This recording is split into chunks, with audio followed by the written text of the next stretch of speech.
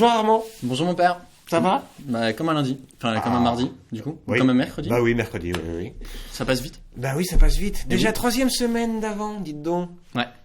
Bon, ta journée s'est bien passée? Ouais. Ouais. Ouais. On n'est pas obligé de parler de ça. Ah bon, d'accord. Ça va aller. T'as eu un examen ou... Ouais. Bon. Ouais. Bon, ça s'est bien passé? Ouais. Doucement. On n'est vraiment pas obligé de parler de ça. D'accord. Là, ils sont avec nous. Ah bah oui. Et vous, j'espère que vous allez bien. 3e semaine d'avant, alors c'est la dernière semaine d'école, bientôt les vacances. Alors on va vivre un bon télécaté avec Armand. Alors Armand, peut-être que tous nos téléspectateurs ne te connaissent pas. Alors qui es-tu? Bah, je suis chrétien. Très bien. Voilà. Qu'est-ce que vous voulez savoir d'autre? Eh ben tu es de quelle paroisse à Fontenay? Alors moi, je viens plutôt de Sainte-Marguerite. Voilà. J'y suis depuis une vingtaine d'années quand même. Donc je commence à être un peu, pas le doyen de Sainte-Marguerite, mais presque. Et voilà. Et donc habituellement, j'accompagne en fait le groupe des CM1, CM2 de Sainte-Marguerite au catéchisme. Et j'interviens aussi à l'aumônerie. J'accompagne le Père Vincent pour accompagner en fait, vos grands frères dans la foi, quoi. Ouais. C'est comme vous, mais en plus grand. En plus grand. Très bien. Et tu es étudiant? Ouais, je suis étudiant. Alors, je suis étudiant, je suis en master 2, ça s'appelle. Tiens, vous voyez, le primaire, il y a CP, CE1, CE2, CM1, CM2. Ensuite, il y a le collège, 6e, 5e, 4e, 3e. 3e. Ensuite, il y a le lycée, seconde, première, terminale. Ouh. Ensuite, il y a, on peut aller en licence, donc ça fait première année de licence, deuxième année de licence, troisième année de licence. Et ensuite, il y a ce qu'on appelle le master. Master 1, master 2. Et ben moi, je suis là. Bah dis donc. Voilà. Bravo, hein. Ouais. Quelle patience. Ah bah ça, il faut. Hein. Bon, on a un beau programme aujourd'hui. Merci Armand d'être avec nous ce soir pour cette émission Télécaté. Et puis, on va continuer avec le Père François. On l'avait laissé avec Élie et le roi Akab, vous vous souvenez? Eh bien... On les avait laissés où? Eh ben oui, dans l'histoire. Ah, on en était là. Et donc, maintenant, on va voir la suite. Et vous allez voir, ça va chauffer. Bonjour les amis, heureux de vous retrouver. Vous voyez, aujourd'hui dans ce petit oratoire, près de la crèche et de la parole de Dieu, nous cherchons à écouter ce que nous dit le Seigneur à travers l'histoire du prophète Élie.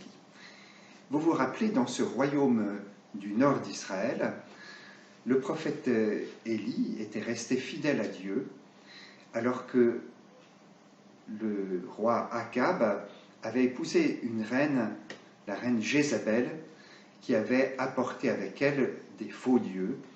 Il y avait parmi eux notamment le dieu qu'on appelait Baal et le dieu Ashéra, la déesse Ashéra.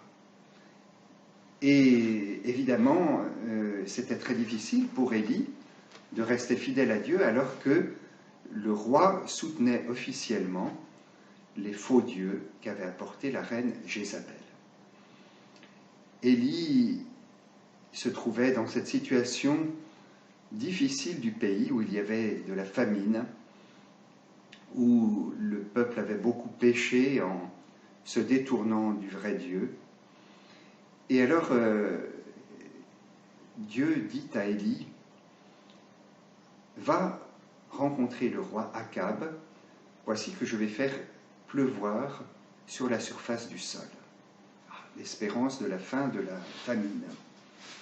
Or, pendant ce temps, le roi Akab, qui voyait qu'il n'y avait plus grand-chose à manger, avait dit à son serviteur Abdias, le serviteur du palais, « Bon, nous allons parcourir le pays tous les deux, on se répartit, toi la moitié, moi l'autre moitié, et nous allons voir si nous trouvons déjà du fourrage pour les animaux, parce que sinon nous allons devoir les tuer. Il n'y a pas moyen de les nourrir. »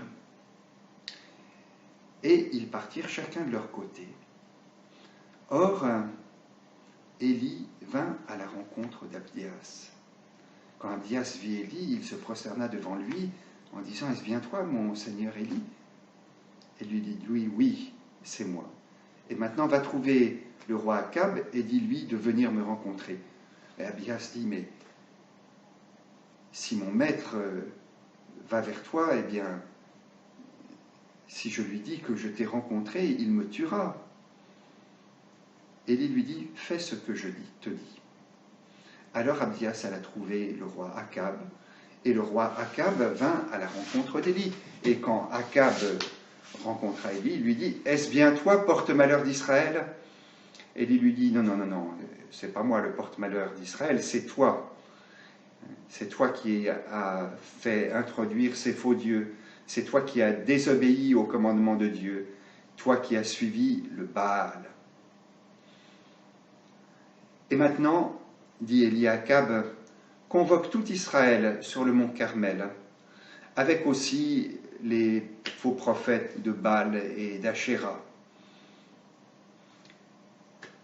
Alors le roi Akab convoqua tout Israël et arrivèrent sur le mont Carmel les 450 prophètes de Baal. Voyons donc ce qui va se passer.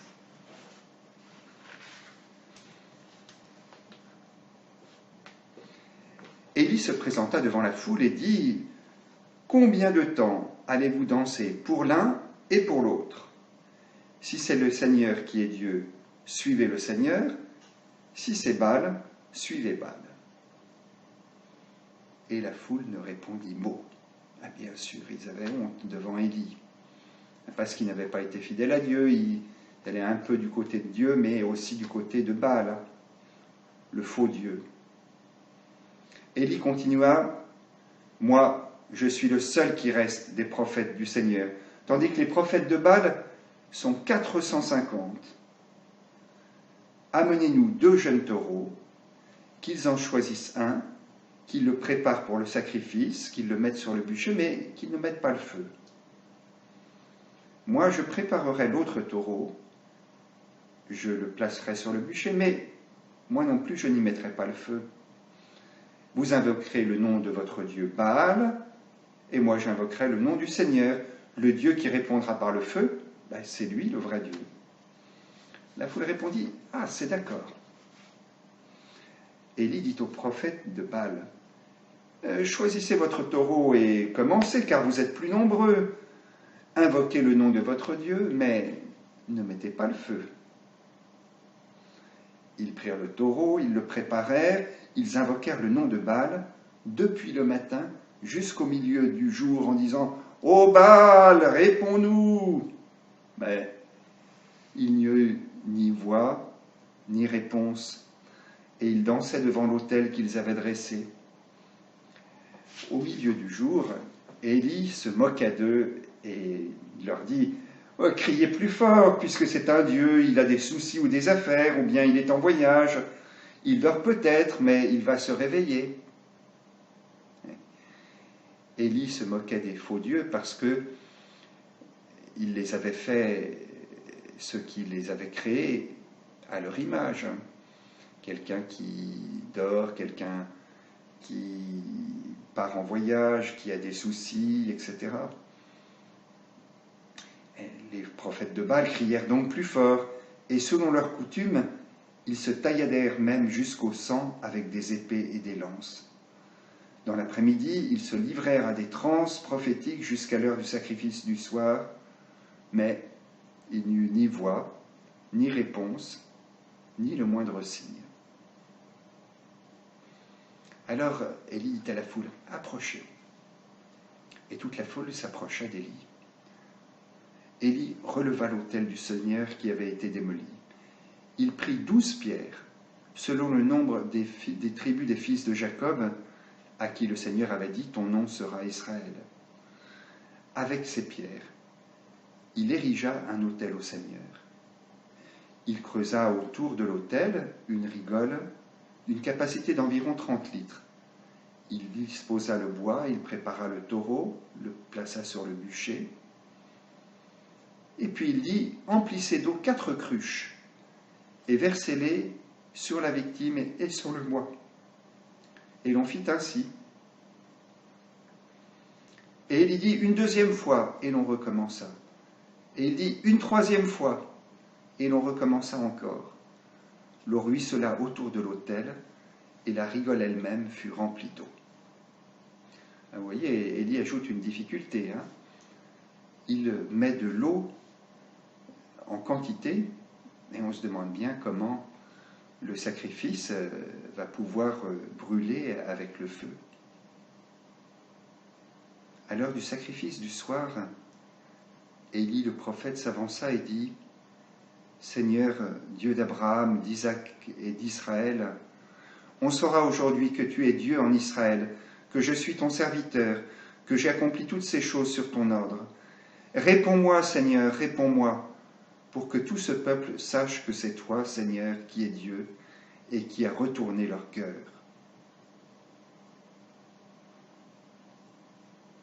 Vous voyez une prière très courte, mais que Élie fait du fond du cœur. Alors, le feu du Seigneur tomba. Il dévora la victime et le bois, les pierres et la poussière, et même l'eau qui était dans la rigole. Tout le peuple en fut témoin. Les gens tombèrent face contre terre et dirent : C'est le Seigneur qui est Dieu, c'est le Seigneur qui est Dieu. Vous voyez, là, pour les gens, c'était clair. C'est Dieu qui répondait par le feu, et ils ont eu peur certainement en se disant : mais nous avons suivi Baal. Élie leur dit alors : Saisissez les prophètes de Baal, que pas un seul ne s'échappe. Ils les saisirent, Élie les fit descendre au ravin du Kishon, et là il les égorgea. Quelle réaction dure d'Élie. On se demande vraiment s'il a fait ça sur ordre de Dieu, ou bien en se disant, comme la reine Jézabel a éliminé tous les prophètes du Seigneur, moi je vais éliminer tous ces prophètes. C'est peut-être par peur que Élie a réagi ainsi, et en tout cas ce n'est sans doute pas ce que le Seigneur attendait de lui. Le prophète Élie dit au roi Akab : Monte, tu peux maintenant manger et boire, car j'entends le grondement de la pluie. C'est vrai, vous vous souvenez, la famine et puis cette promesse que Dieu allait envoyer la pluie.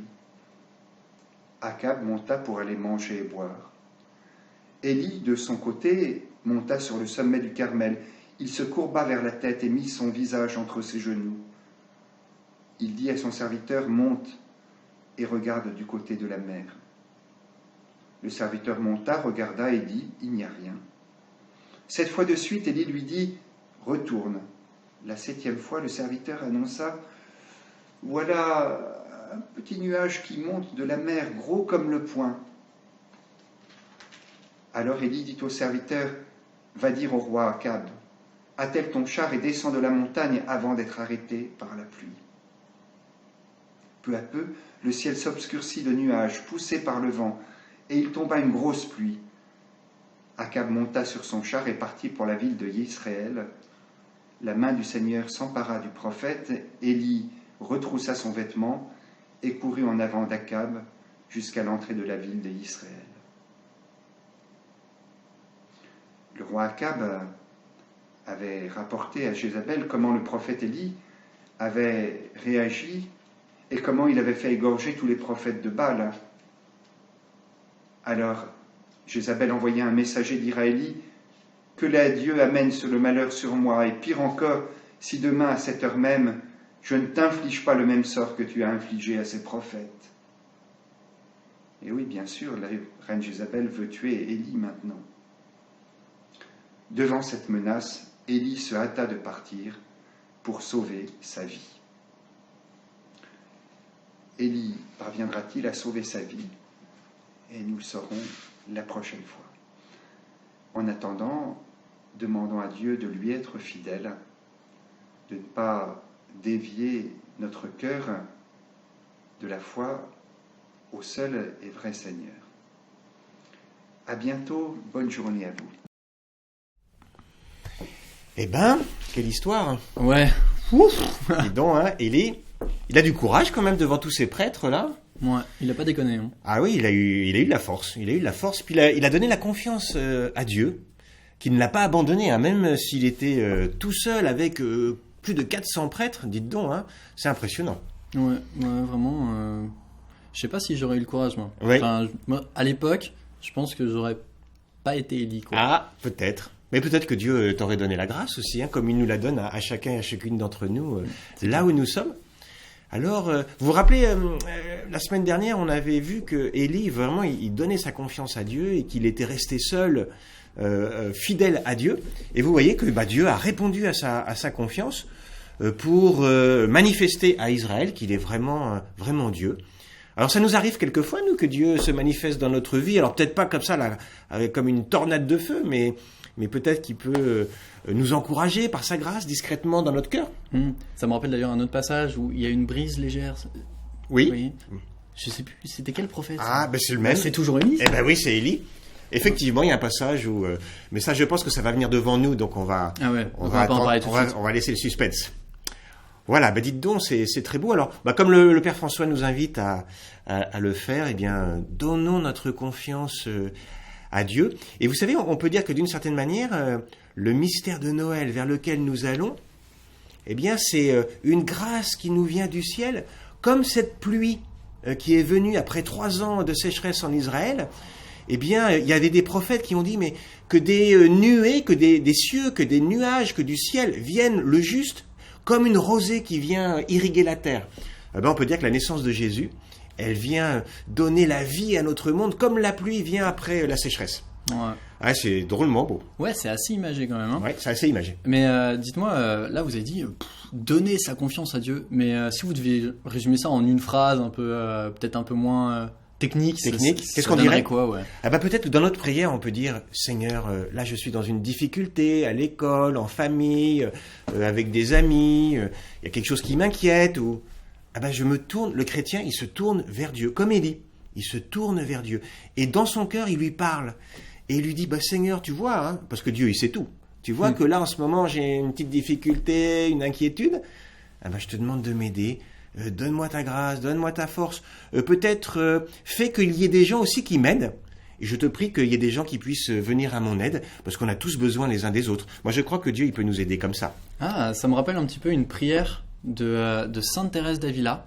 Et je vous encourage à la fin du caté, notez ça dans un coin, mais il y a une prière où il y a quelque chose dans ce goût-là où il dit que rien ne te trouble, que rien ne t'apaise, que rien ne t'effraie, rien ne t'effraie, oui, parce que rien ne t'apaise, tout passe, Dieu seul suffit. C'est-à-dire, quelle expérience de confiance extraordinaire quand même elle a, où elle dit, non mais de toute manière, je ne m'inquiète de rien, puisqu'il y a mon Père qui veille sur moi.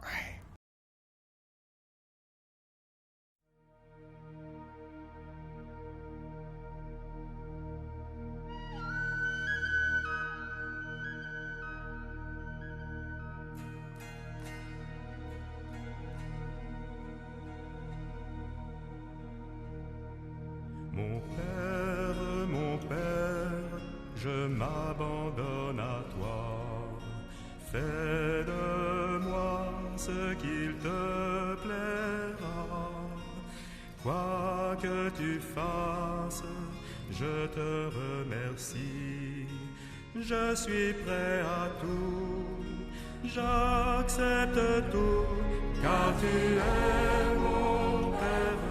Je m'abandonne à toi, car tu es mon Père. Je me confie en toi, car tu es mon Père. Je m'abandonne à toi, car tu es mon Père. Je me confie en toi.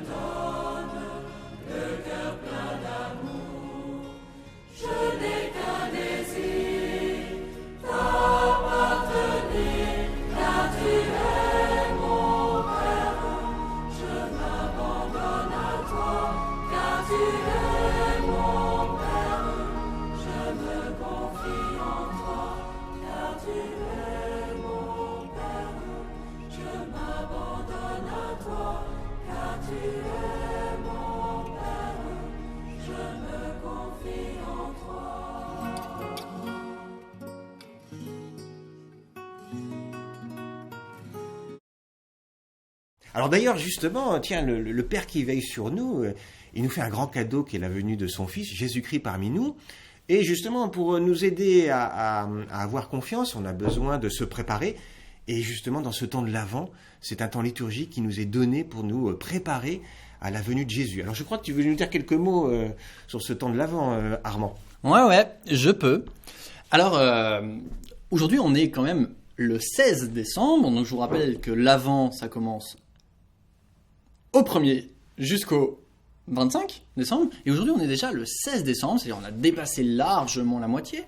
C'est le jour, normalement, de l'ouverture de votre 16e chocolat de votre calendrier de l'Avent, de Kinder, pour ceux qui ont des Kinder ou autres. Cela fait donc 16 jours, soit 384 heures, ou encore 23 000 minutes. Donc c'est, je crois, le moment de s'asseoir et de réfléchir un peu. 23 000 minutes, j'espère que vous avez commencé à bosser. Donc dans 9 petites journées, ou encore à peu près 8 dodos. 8 dodos. 8 dodos. C'est 8 nuits, soit? Ouais, en fait. Ah oui, d'accord. Le dodo, ouais. Au 9e réveil, en fait. Ouais. Serons-nous prêts à accueillir Jésus qui arrive? Oui, ça se rapproche, hein. Ouais, mine de rien, c'est bientôt. Donc, la première réponse qu'on a envie de se dire, c'est ouais, je serais prêt. Déjà, est-ce qu'il faut se préparer d'une manière particulière? Ou encore, mais oui, bien sûr, je serais prêt. Évidemment, on a décoré toute la maison, on a mis des guirlandes, on a décoré le sapin, on a acheté des cadeaux pour tout le monde, pour papa, pour maman. En plus, je vais en recevoir plein. On sait qu'il va y avoir de la famille qui va venir nous rejoindre. On a invité plein de monde, donc on va faire une super fête, on va tout péter, ça va être nickel pour fêter Jésus. Ouais, mais encore une fois, est-ce que ça suffit vraiment pour être prêt pour accueillir Jésus? Alors, vous savez, un jour, il y a un journaliste, il est allé voir Mère Teresa. Et Mère Teresa, en fait, c'était une dame une sœur, en fait, c'était une religieuse qui a fait donner sa vie au Christ et qui, en fait, a donné toute sa vie pour les pauvres, en Inde, pour les enfants, pour pouvoir les scolariser, pour pouvoir les nourrir, les éduquer, etc. Donc, elle a donné toute sa vie à ça. Mais un jour, il y a un journaliste, il vient la voir et il dit ma sœur, à votre avis, qu'est-ce qu'il faudrait pour changer l'Église? Réponse du père. Bon, on voit que le père, c'est quand même pas Mère Teresa, pas encore.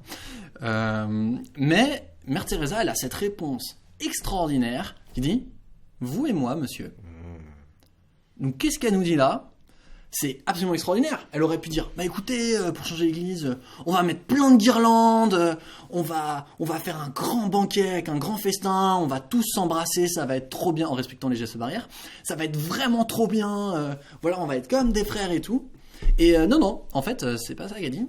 Elle nous dit, pour transformer l'église, pour rendre l'église meilleure, le monde en fait meilleur, ce qu'il faut changer, c'est nous, l'humain. En fait, c'est dans notre cœur. Peut-être qu'il faut simplement, se convertir et devenir un peu meilleur, se préparer à recevoir Jésus. En fait, ça passe pas que par des choses extérieures, comme tout décorer, habiller et tout, mais finalement, c'est est-ce que à l'intérieur, là-dedans, je suis vraiment prêt à accueillir Jésus qui vient me voir.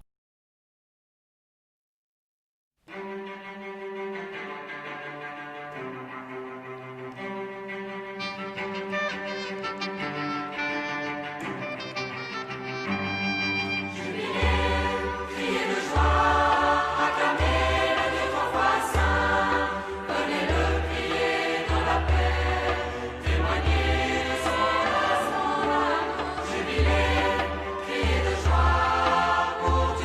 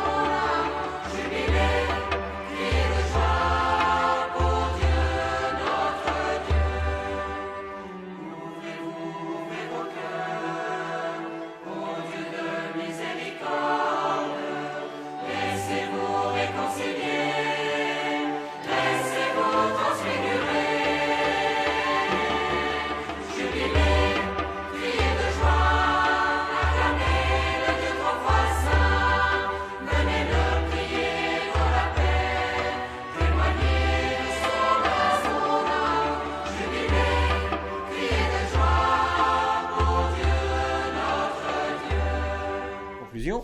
Ouais, tout à fait. Donc voilà, merci de m'avoir écouté et je vous propose vraiment de vous préparer à cette venue de Jésus parce que sinon c'est un peu dommage. Sinon ce sera juste un peu comme toutes les autres fêtes, quoi. Voilà. Merci Armand. Mais c'est un de nous plaisir. avoir encouragé à faire de la place pour celui qui vient. Et en fait, quand on fait ça, on a plus de joie en partageant avec les autres. Et c'est ce que Jésus il vient nous apporter. Alors, on va prendre un petit chant maintenant. Et puis, on se retrouve, vous allez voir, devant la crèche.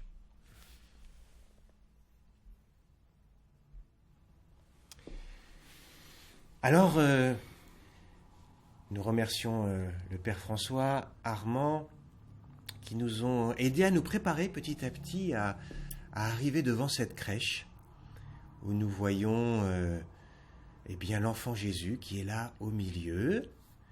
On voit Joseph, Marie, on voit les bergers, on voit aussi des animaux, brebis, des petites colombes à droite. Et puis à gauche, on devine dans la nuit des personnages qui arrivent. Alors, nous allons prendre un petit moment en commençant par chanter pour préparer notre cœur à la venue du Seigneur Jésus. Jésus, me voici devant toi, tout simplement dans le silence. Rien n'est plus important pour moi que d'habiter en ta présence. Jésus, me voici devant toi, tout simplement dans le silence. Rien n'est plus important pour moi que d'habiter dans le silence. Dans le silence et en ta présence. Alors Jésus, nous allons te prier maintenant avec notre main. Alors, notre main, elle est composée de 5 doigts. Alors, pour penser à bien confier tout le monde à Jésus, à faire une prière bien complète, on va s'aider de ces 5 doigts afin de pouvoir, structurer notre temps de prière. Tout d'abord, le pouce. Vous voyez, le pouce, c'est le doigt qui est le plus proche de nous. Donc, avec ce doigt, on va prier pour les personnes qui nous sont proches.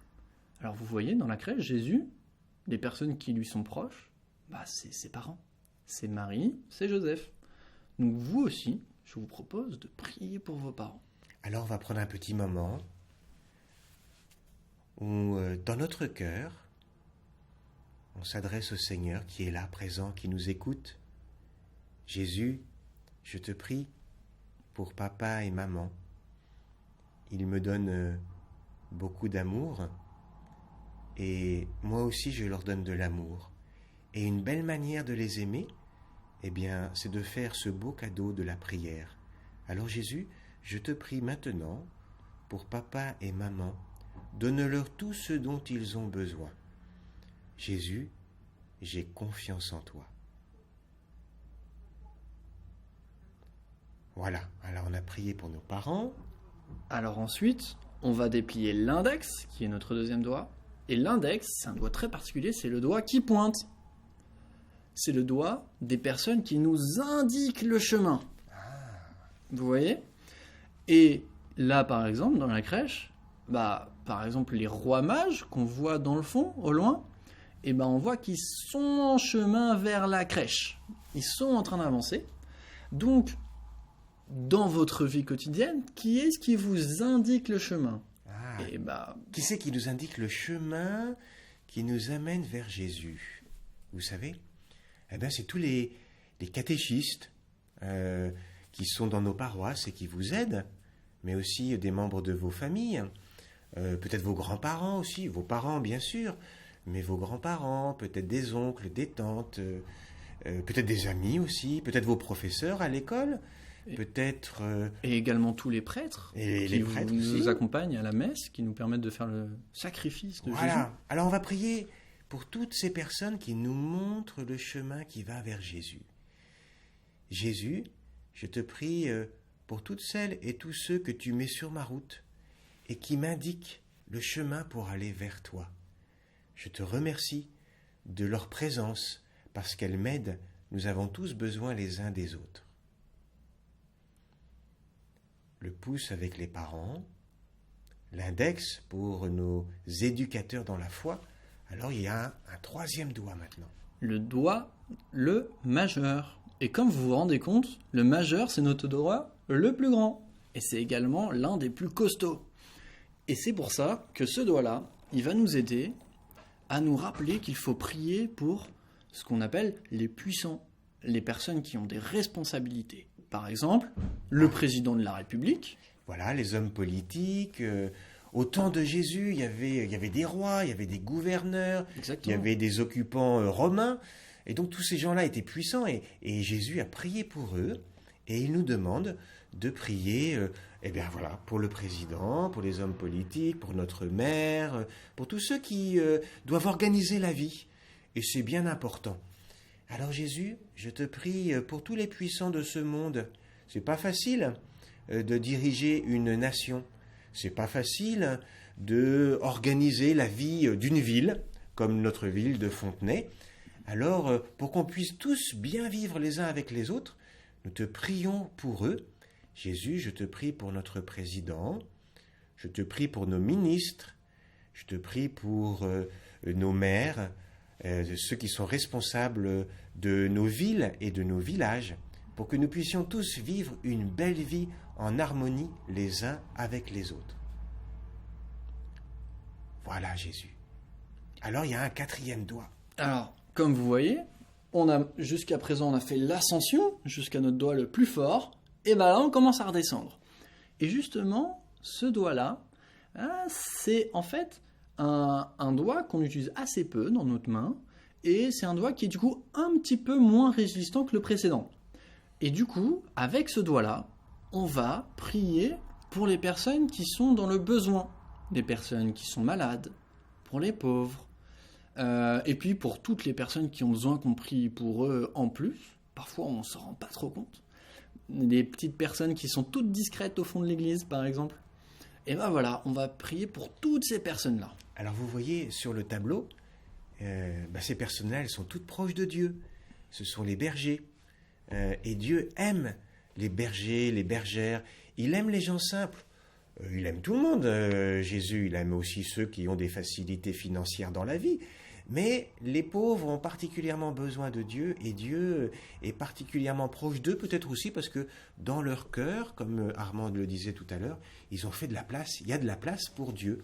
Alors Seigneur, nous te prions pour toutes ces personnes que Armand vient de nous indiquer et nous te demandons de leur donner ta grâce, de leur donner ta joie aussi, parce que c'est pas toujours facile d'être pauvre et de manquer peut-être de certaines choses dans la vie. Alors Jésus, donne-leur ta grâce. Et puis il y a un cinquième doigt. Le cinquième, le petit dernier, l'auriculaire. Et ce petit doigt-là, en fait, c'est vous. Oui. On a bien dit, Jésus, il est venu pour vous rencontrer personnellement. Donc c'est toujours important. En tout cas, moi, je pense que c'est toujours important de ne pas oublier de prier pour vous. Il faut, se confier à Jésus et voilà. Voilà. Simplement. Oui, parce que, vous savez, il faut s'aimer soi-même aussi. Dieu nous demande de penser aux autres, et c'est très important, mais on peut aussi prier Dieu. Alors, ce qu'on te propose avec Armand maintenant, c'est que tu vas réfléchir à quelque chose que tu as besoin de demander à Dieu pour toi.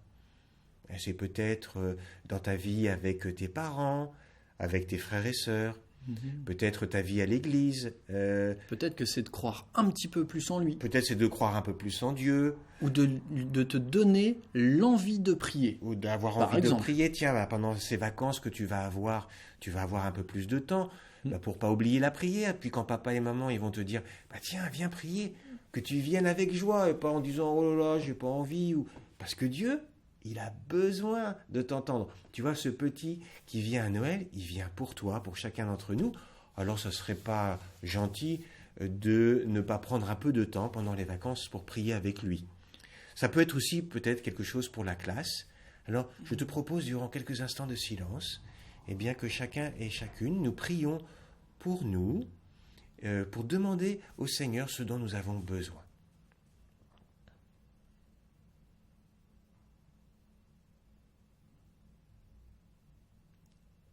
Seigneur Jésus, tu aimes quand je me tourne vers toi. Je te prie non seulement pour toutes les personnes que nous avons nommées, que nous avons désignées par les doigts de notre main, je te prie aussi pour moi-même. Et je te demande de nous aider parce que je sais que tu peux le faire et que tu le fais.